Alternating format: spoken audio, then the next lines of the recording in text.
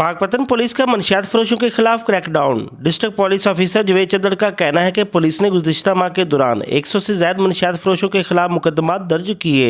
वज़ीर आला पंजाब मरियम नवाज साहबा की डायरेक्शन और विजन के मुताबिक कि पंजाब को मनशियात से पाक करना है। इंशाअल्लाह बहुत जल्द ये पाकपतन में मनशियात का सिंगल भी कोई आप इंसिडेंट या कोई स्मगलर नहीं देखेंगे।